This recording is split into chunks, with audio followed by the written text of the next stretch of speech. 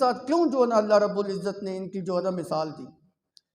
गधा जो होता है ना, इसकी साथ जो तशबीह दी जाती है ये बेवकूफ़ी और अहमक पन की जो ना तशबीह दी जाती है। हमारे मुआशरे के अंदर भी किसी इंसान को अगर बेवकूफ़ कहना हो ना तो हम क्या कहते हैं, भाई तू इंसान है कि खोता है,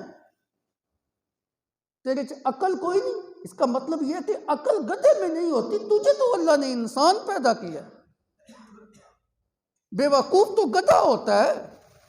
हर दौर के अंदर ये मिसाल, ये तशबीह कि किसी को अहमक और बेवकूफ़ कहना हो तो उसको जो ना गधे के साथ तशबीह दी जाती है। गोया कि अल्लाह रब्बुल इज़्ज़त ये कहना चाहते हैं ये इंसान नहीं, ये गधे हैं, बल्कि इससे भी बढ़कर ये ऐसे बेवकूफ़ हैं, ये अहमक हैं। जिस तरह गधे के अंदर अकल नहीं होती, इनके अंदर भी अकल नाम की कोई चीज़ नहीं है। इसलिए अल्लाह रब्बुल इज़्ज़त ने गधे के साथ तशबीह देकर ये समझाया कि ये बेवकूफ़ और अहमक किस्म के लोग, इनके अंदर अकल ही नहीं। अल्लाहु अकबर। फिर आप देखें ना गधे के साथ क्यों तशबीह दी अल्लाह रब्बुल इज़्ज़त ने। हालांकि दूसरे जो जानवर जो होते हैं उनके अंदर भी इतनी समझ नहीं होती, उनके अंदर भी इतनी ज़्यादा अकल नहीं होती, वो भी अपने मालिक के इशारे के मोहताज होते हैं। लेकिन बेवकूफ़ी के अंदर गधे की जो न ज़रबुल मिसल बन दी। और इंसान के यहाँ भी और शरअ के यहाँ भी तमाम वो जानवर जिनके ऊपर सवारी की जाती है और जिसके ऊपर बोझ लादा जाता है, उन जानवरों में से गधा एक ऐसा जानवर है जिसको कम तर समझा जाता है, जिसको हकीर जो है ना वो समझा जाता है, हकीर जाना जाता है। कुरान पाक में अल्लाह रब्बुल इज़्ज़त ने ऊंट का तज़किरा भी किया है, घोड़े का तज़किरा भी किया है, खच्चर का तज़किरा भी किया, गधे का तज़किरा भी किया, दीगर जानवरों का तज़किरा भी किया। और कुरान पाक का एक मकाम तो ऐसा है कि इन तीन जानवरों का अल्लाह रब्बुल इज़्ज़त ने एक इकट्ठा तज़किरा किया, घोड़े का, खच्चर का और गधे का। वल खैल वल बिगाल वल खमीर लितरकबूहा वज़ीना व यखलुकु मा ला तअलमून।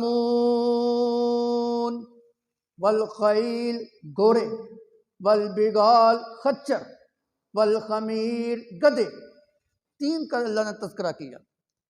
मुफस्सिरीन फरमाते हैं सबसे पहले अल्लाह ने घोड़े का तज़किरा किया। तमाम वो जानवर जिसके ऊपर सवारी की जाती है, जिसके ऊपर बोझ लादा जाता है, उनमें सबसे उम्दा तरीन जानवर अरब हो या अजम हो, सब इंसानों के यहाँ घोड़ा तस्वर किया जाता है। अल्लाह ने इसके अंदर अजीब ही बरकत रखी हुई है और इस लिहाज से भी बड़ा बरकत जानवर है कि ये वफा के अंदर बड़ा हद से गुजरा हुआ है, अपने मालिक का वफादार होता है।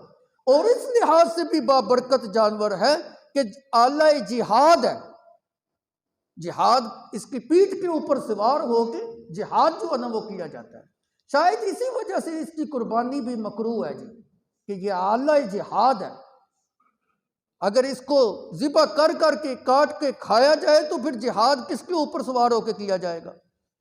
और ये ना समझे जाए कि आज जो है इसकी ज़रूरत नहीं, आज के दौर के अंदर भी घोड़ा जो है ये आला जिहाद है। आप पहाड़ी इलाके के अंदर चले जाए, वहाँ पहाड़ों के ऊपर मुजाहिदीन के लिए जो ऊपर खाना पहुँचाया जाता है, या मुजाहिदीन जो पहाड़ों के ऊपर चढ़ते हैं तो वो घोड़े के ऊपर सवार होते हैं। सबसे उम्दा, सबसे बेहतरीन, सबसे वफादार, सबसे बाबरकत जानवर अल्लाह रब्बुल इज़्ज़त ने घोड़े को पैदा किया है। यही वजह है कि सबसे पहले इसका तज़किरा किया है, फिर इसके बाद इससे कम तर दर्जा खच्चर के अंदर है, उसका जिक्र भी बाद के अंदर किया है। और सबसे कम तर दर्जा अल्लाह रब्बुल इज़्ज़त ने गधे के अंदर रखा है और उसका जिक्र भी अल्लाह रब्बुल इज़्ज़त ने सबसे आखिर के अंदर किया है। वल खैल वल बिगाल वल हमीर लितरकबूहा वज़ीना। अल्लाह के यहाँ भी और लोगों के यहाँ भी ये जानवर कम तर है, हकीर इसको समझा जाता है। इसलिए अल्लाह रब्बुल इज़्ज़त ने हकीर जानवर के साथ जो है ना इन उलमाए यहूद की तशबीह जो है ना वो दी।